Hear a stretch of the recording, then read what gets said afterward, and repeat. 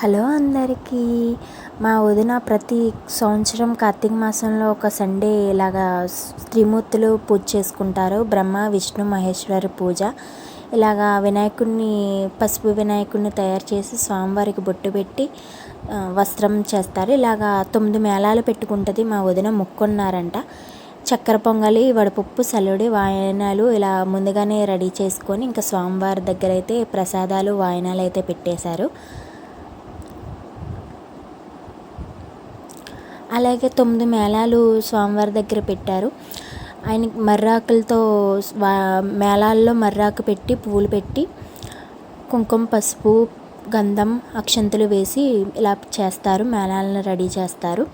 ఆ 9 మేళాల దగ్గర 9 కుందులు దీపారాజన చేయడానికి కుందులు రెడీ చేసేసుకున్నారు. ఇంకా మా వదిన అయితే వ్రతం స్టార్ట్ చేసేసింది.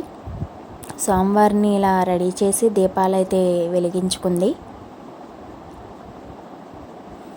ఇంకా స్వామివారి కథ అయితే చదువుకుంటుంది. స్వామివారికి ఎంతో ఇష్టమైంది గంజాయి. ప్రతి సంవత్సరం మిస్ అవ్వకుండా చేసుకుంటారు మా వదిన. ఈ సంవత్సరం కూడా బాగా చేసుకున్నారు. ఇంకా స్వామివారికి హారతి అయితే ఇచ్చేసింది.